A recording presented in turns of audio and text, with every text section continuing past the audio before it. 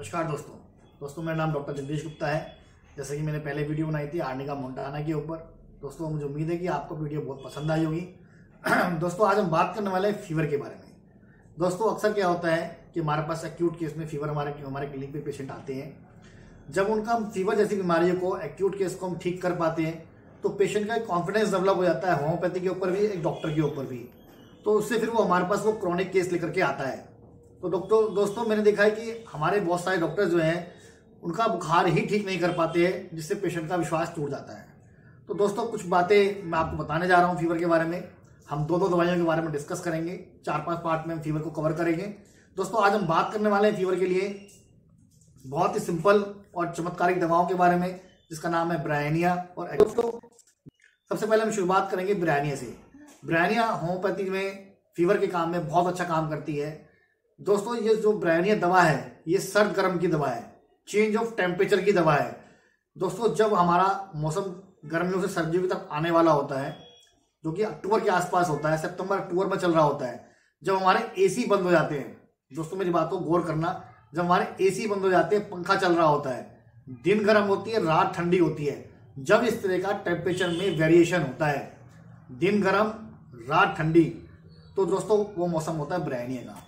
अगर आपको कोई कॉज नहीं मिल रहा है, बैकग्राउंड में कोई और हिस्ट्री नहीं मिल रही है, फीवर किस वजह से हुआ, सपोज किसी ने आइसक्रीम खा ली, आइसक्रीम खाना भी एक सर्द गर्म का टेम्परेचर का वेरिएशन है कि मौसम एकदम से गर्म है, एकदम ठंडा, आप ठंडी चीज खा ली, एकदम से आप एसी में से बाहर निकल गए, एकदम से आप एसी के अंदर आ गए। तो दोस्तों जो इस तरह इसकी वजह जो मौसम है अक्टूबर सितंबर अक्टूबर का, अगर इस मौसम में आपके पास पेशेंट आता है, उसे फीवर होता है, तो आप ब्रायनिया दें उसे। ब्रायनिया के साथ साथ ब्रायनिया के सिम्टम्स ये होते हैं कि ब्रायनिया को हमेशा इंक्रीज थर्स्ट होती है, पानी की प्यास उसकी हमेशा बढ़ी हुई मिलेगी, एक बार में ज्यादा मात्रा में पानी पिएगा। और ब्रायनिया का पेशेंट जो है शांत होता है, ब्रायनिया का पेशेंट चुपचाप लेटे रहना चाहता है, वो ज्यादा मूवमेंट नहीं करता है। तो दोस्तों मैंने ब्रायनिया के बारे में बताया। अगर आपको इस मौसम के अंदर पेशेंट मिलता है तो आप उसे ब्रायनिया जरूर दें, और ब्रायनिया 30 पावर में दिन में 4 बार दें। अगर बुखार तेज आ रहा है तो 2 पावर में भी इस्तेमाल कर सकते हैं। आप देखेंगे कि एक ही डोज में उसको आराम पड़ना शुरू होगा। तो बात करेंगे एकोनाइट के बारे में। दोस्तों एकोनाइट का अब जो महीना होता है ये भी एक सीजनल मेडिसिन है।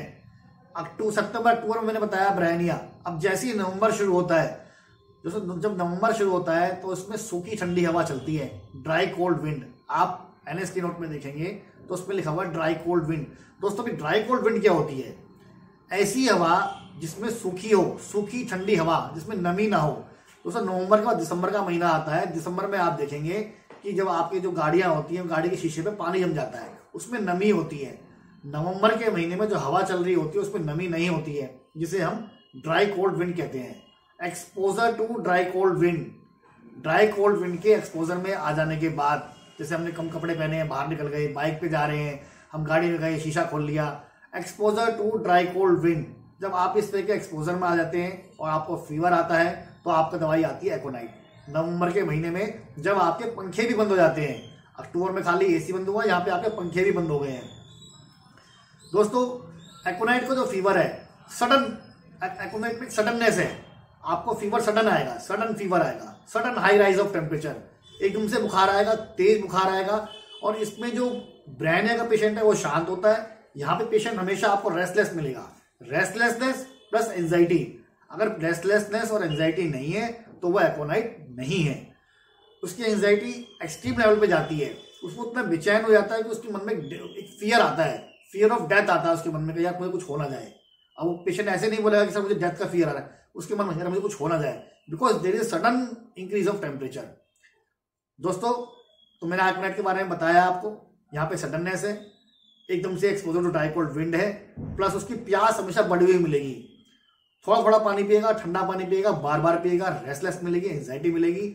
और इस तरह के मौसम में अगर आपको पेशेंट आता है, आप उसे एकोनाइट 30 पावर में इस्तेमाल करें। ये आप बच्चों को भी दे सकते हैं, बड़ों को दे सकते हैं। बहुत ही चमत्कारिक दवा है, बशर्ते कि आपको इस्तेमाल करना आना चाहिए।